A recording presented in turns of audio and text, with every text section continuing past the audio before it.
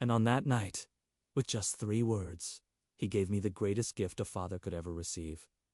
Thank you, Dad. I became a single father when my son, Ethan, was only 4 years old. His mother left, chasing dreams she thought she couldn't have while tied down to a family. I remember standing at the doorway, holding Ethan in my arms, as she walked away. He was too young to understand, but the confusion in his little eyes broke me more than her absence ever could. From that day on, I promised him one thing. I would never leave. No matter how hard it got, I would stay. Raising him alone wasn't easy. There were nights I'd come home from work exhausted, my body aching, my hands blistered, but I'd still force a smile for him.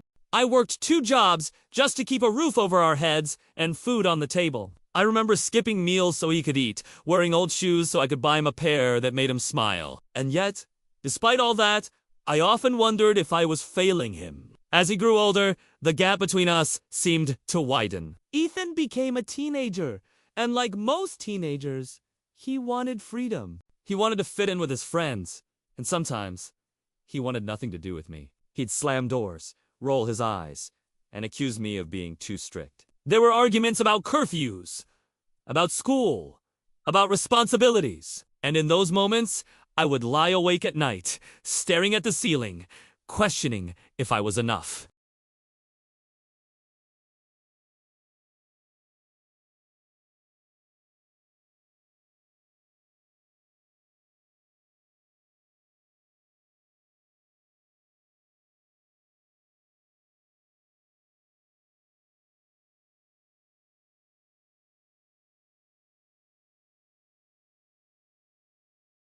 Behind every long day at work, every sleepless night, was a father trying his best.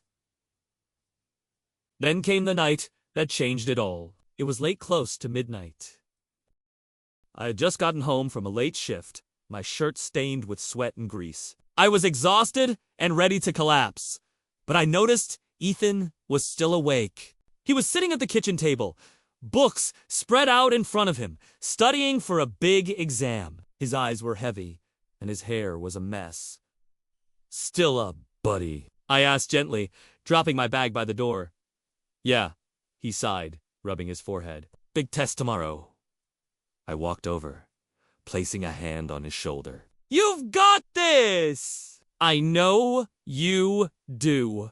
He looked up at me, and for the first time in a long while, there was no frustration, no annoyance, just quiet. He stared at me as if he was seeing me differently. Then, out of nowhere, he said softly, almost like a whisper, "Thank you, Dad."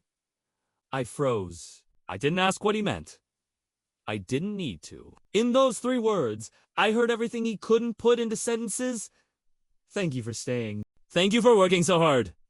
Thank you for sacrificing. Thank you for loving me, even when I made it hard. My throat tightened, and I had to look away so he wouldn't see the tears in my eyes. All those years of doubt, all the nights I questioned if I was doing enough, suddenly, they melted away. Because in that moment, I knew he understood. Maybe not fully, maybe not yet, but enough to say what I had been longing to hear. I put my hand on the back of his neck and pulled him close.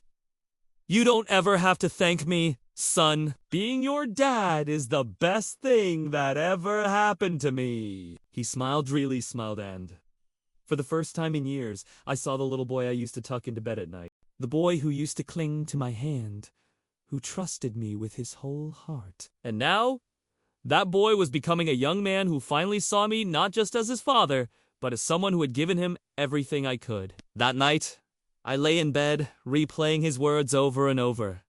"Thank you, Dad." It wasn't just gratitude. It was acknowledgement. It was love. It was a bridge built across all the misunderstandings and silences of the past. And it taught me something, too. Sometimes, we don't see the fruits of our sacrifices right away. Sometimes, love feels like it goes unnoticed. But children see more than we think. They might not say it often, but when they do, it makes every struggle worth it. So, to every parent out there who wonders if their child notices, if their love matters, don't lose hope. One day, when you'd least expect it, you'll hear the words you've been longing for. And in that moment, everything will make sense. For me, it was the night my son said, "Thank you, Dad. And I will carry those words with me for the rest of my life.